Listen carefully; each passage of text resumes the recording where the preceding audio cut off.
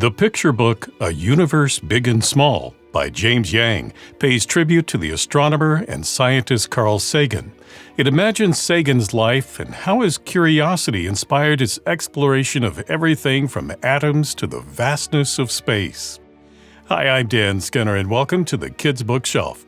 Ahead, we'll explore the book, and I'll talk with the author about the inspiration behind it. James Yang is the Geisel Award-winning author and illustrator of several acclaimed picture books, including A Boy Named Isamu, Stop Bot, and Charles and Ray, Designers at Play. He joins us to talk about A Universe Big and Small, a story about Carl Sagan. James, welcome to the Kids Bookshelf. Pleasure to be here. This is another in your series of books where you sort of imagine the lives of famous people. So tell us about this series. The series sort of happened by accident, and it started with A Boy Named Isamu, about the Japanese-American sculptor Isamu Noguchi. And then I realized after that book that I enjoyed doing stories about basically my heroes I grew up with. It almost happened by happenstance. Like first I had Noguchi, and then also Charles and Ray Eames, whose stuff I loved even as a young high school, even as a young junior high to high school kid. So I figured I pretty much covered the mid-century subject matter by then. And then after that series, I realized, you know what? I really enjoy doing imagined biographies of people who really had a big effect on me. Like not the straight biography, but sort of kind of a what-if sort of situation. And then immediately Carl Sagan came to mind because we're a science family. When I grew up, my dad's a scientist. My sister's a scientist too. So when we were growing up, Carl Sagan was one of our huge heroes as kids growing up. So what sets yours apart in sort of these picture book biographies? It's not just a recitation of the facts. It's more about the hopes and dreams and vision of these people. I think so. It's a little bit, I think what sets mine apart is I'm looking for a way to tell a story that I hope it works first as a children's story, as a children's book story. That's what my first goal. And second is sort of a way to imagine how some of these people were as kids, or is there a way that I could explain a story almost like another child explaining their hero to somebody else? That's part of what sets them apart. And I'm always looking for an interesting angle. Like for my current book, I was just imagining, what if Carl Sagan was a child, like how I imagined Isamu Noguchi as a child? But in this situation, he asked the questions that he asks as an adult, and it seemed like such a fun premise. So I'm looking for a little bit, for lack of a better phrase, either fun or hopefully magical, like the way kids see the world magically. I hope that's a good way to explain it. And this series is a great way to introduce kids to these famous people who have made such big contributions. And that's a great thing, because I think also because of where I grew up, at the time that I grew up, a lot of these figures are from the 60s or 70s. And I'm sure a lot of them are not remembered as well as they used to be. So I'm hoping that this is a way to make people interested in people who who had a big impact on me and who sort of helped form who I am even as a person and as a creative. So tell us more about what readers can expect to find in A Universe Big and Small. Well, I think you're going to find hopefully a lot of fun pictures, all the way from, it was a great chance to visually just do a lot of fun imagery about atoms and cells and planets. So I think they're going to be able to see almost a procession of, as the title says, the universe, all the way from the smallest atom to galaxies and universe and pretty much everything in between. So they'll be able to see that. They get to see how I imagine a young Carl Sagan to look. And this might be a reference you and I will know, but when I looked at pictures of a young Carl Sagan, he looks a little bit like Davy Jones from the Monkees when he was a little kid. So there's a little bit of Sagan, a little bit of David Jones, and his signature turtleneck, of course, in this book. So they'll be able to see him just asking all these questions. and also see how one thing connects to the other, which was sort of something I learned, doing background research on Carl Sagan. Do you have a copy of the book handy? I do. Let me go ahead and grab it. Would you read just a few pages of it for us to give us a taste of what people will find here? Sure. I'll go ahead and start from the beginning. Why not? When Carl stared out the window, he had many questions. He loved to ask questions. He wondered what it would like to be smaller and smaller and even smaller. So small, he could visit atoms floating around him. Atoms are the smallest thing in the universe. Carl would watch atoms join together to make cells. He knew every living thing was made of cells. If everything is made of cells, then everything is connected, he thought. Carl wondered, what would it be like to be bigger and bigger and bigger?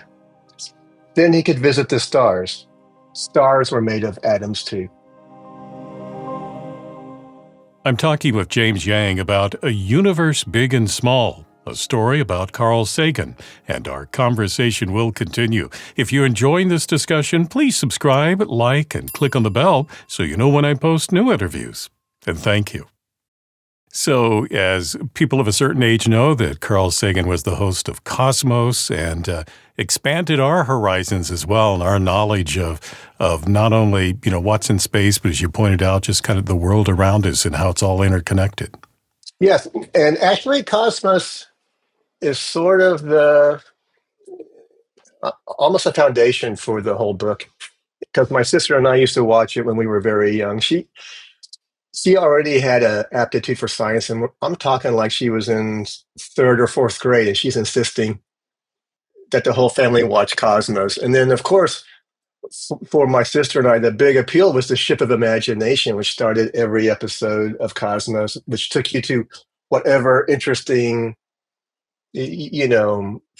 like phenomena in science that Sagan wanted to share with you that day. So the Ship of Imagination actually becomes a literal thing in my book, where it also takes Carl, a young Carl, to different places in the universe.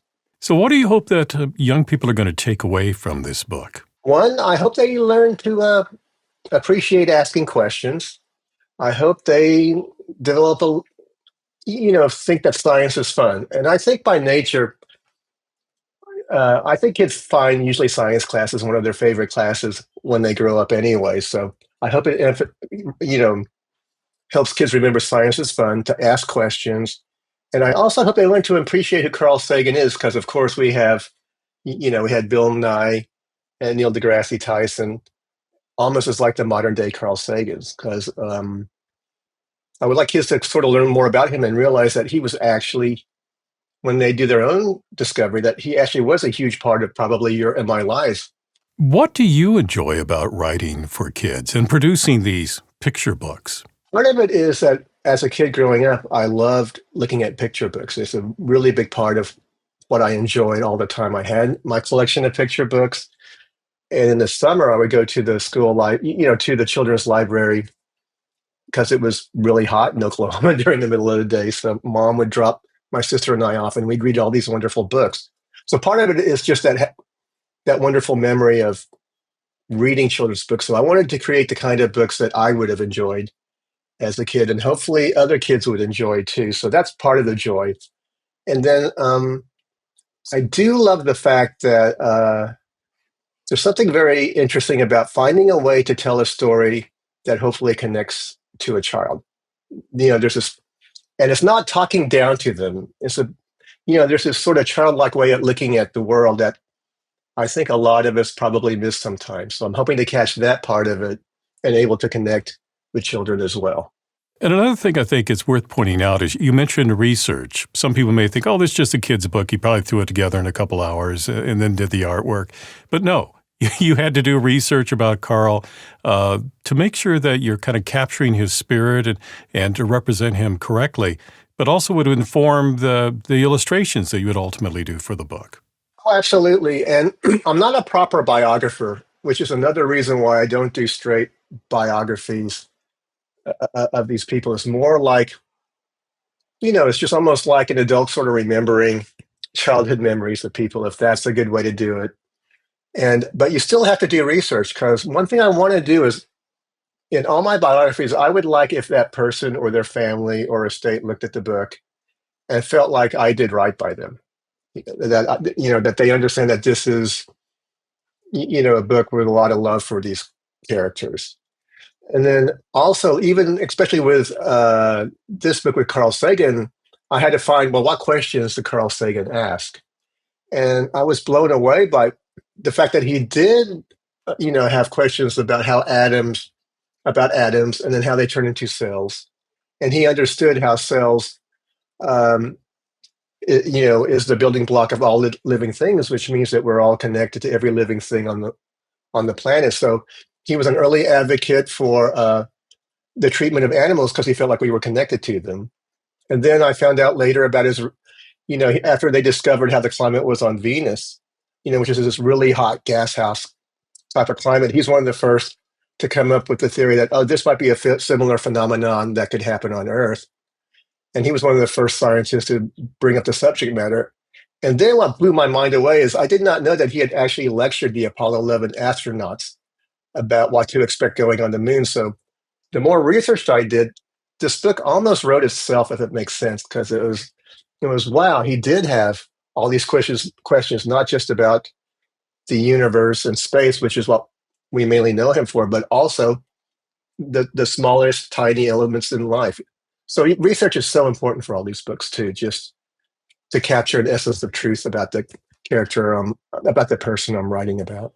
Well, this picture book is A Universe Big and Small. It's another in your series of books where you're introducing kids to famous figures. Will we see more in this series? I have another one on deck right now about the great tennis player Arthur Ashe, but I'm always looking for a different way to tell it. So in this case, it's almost like a childhood story, my childhood story, but my protagonist will be a female this time.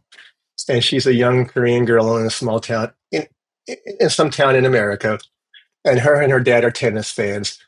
And their favorite player is Arthur Ashe.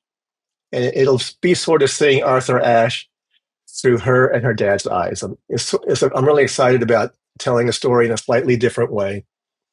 And I can't wait for people to see that also. And that'll come out next year, actually. The picture book is A Universe Big and Small, a story about Carl Sagan by James Yang. James, thank you for talking with me today. Oh, well, thank you for asking me to join. If you'd like to purchase A Universe Big and Small, I placed a link for you in the description below. If you enjoyed this conversation, please subscribe, like, and click on the bell so you know when I post new interviews. Meanwhile, here are 2 more books you might find interesting. Well, thank you for watching this edition of the Kids Bookshelf. I'm Dan Skinner. Until next time, keep sharing the gift of reading.